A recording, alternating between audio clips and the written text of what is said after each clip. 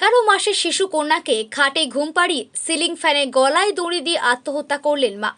গৃহবধূর ঝুলন্ত দেহ উদ্ধার হয় তার ঘর থেকে। বসিরহাট থানা সংগ্রামপুর শিবহাটি গ্রাম পঞ্চায়েতের চৌড়া গ্রামের ঘটনা।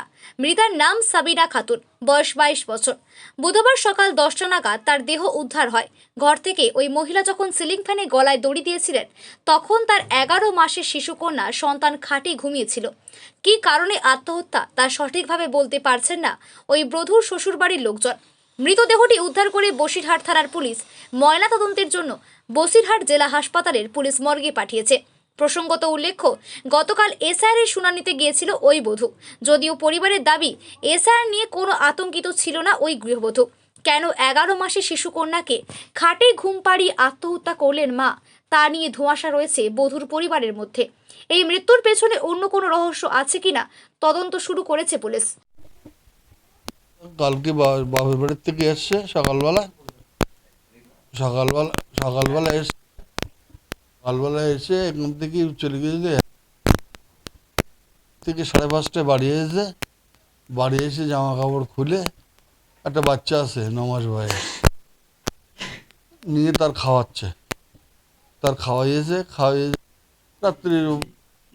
এবার আমার দেখতে এসছে, আমার দিদিরা, আমার ছোট ভাই শ্বশুর বাড়ির লোকেরা এসছে, বাড়ির লোক ভর্তি। তখন সবাই বৌমা চাটা করে সবারই আপ্যায়ন করেছে, মানে চাটা করি আর কি, চা খাবে, ঠান্ডা খাইনি। এইসব করার পরে তারপরে ওরা সব চলে গেছে 9টার দিকে, সব বাড়িতে লোকজন চলে গেছে 9টার দিকে। নাতি ঘুমিয়ে পড়েছে। আমার ওয়াইফ বলে, মা তুমি মানে খেয়েছো কি না খেয়েছো, তো দুটো ভাত খেয়েছি। না তো মা আমি এখন খাবো না, তো বলছে না এখন দুটো খেয়ে নাও, তুমি খেয়ে নাও, খাওয়ানি। রাত্রি আমি একটু ঘুমিয়ে, মূল ঘটনা রাত্রি ভাত আর খাইনি তখন।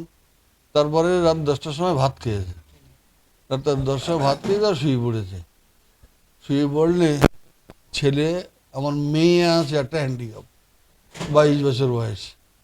ওর কাগজপত্র নিয়ে বিএলওর কাছে, এখানে যে বিএলও তার কাছে গিয়েছে একটা ফর্ম ফিল আপ করতে।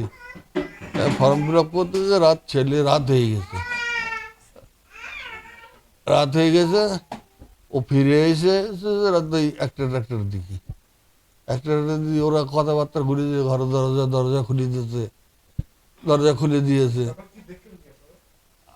আমরা তো ঘুমাচ্ছিলাম, এইবার আমরা কিছু দেখতে পাইনি।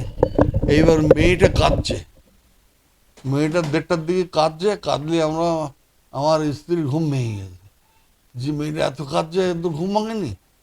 এই নিয়ে ডাকাডাকি করলে সে তখন ওরা কেউ উত্তর দিচ্ছে না। বাইরে দিয়ে ওই সাইডটা, এই পাশের সাইডটা জানলা খুলে দেখলাম যে ঘুমাচ্ছে। পাটকাঠি দিয়ে গুঁতো দেওয়ার চেষ্টা করলাম, তাতে এই মশারিতে আটকে গেছে, ভেঙে যাচ্ছে। বাধ্য হয়ে তখন দরজা খুললাম, ওই মানে শাবল দিয়ে চিট দিয়ে দরজা খুলে দেখি গলা জড়িয়ে ঝুলিয়ে আছে।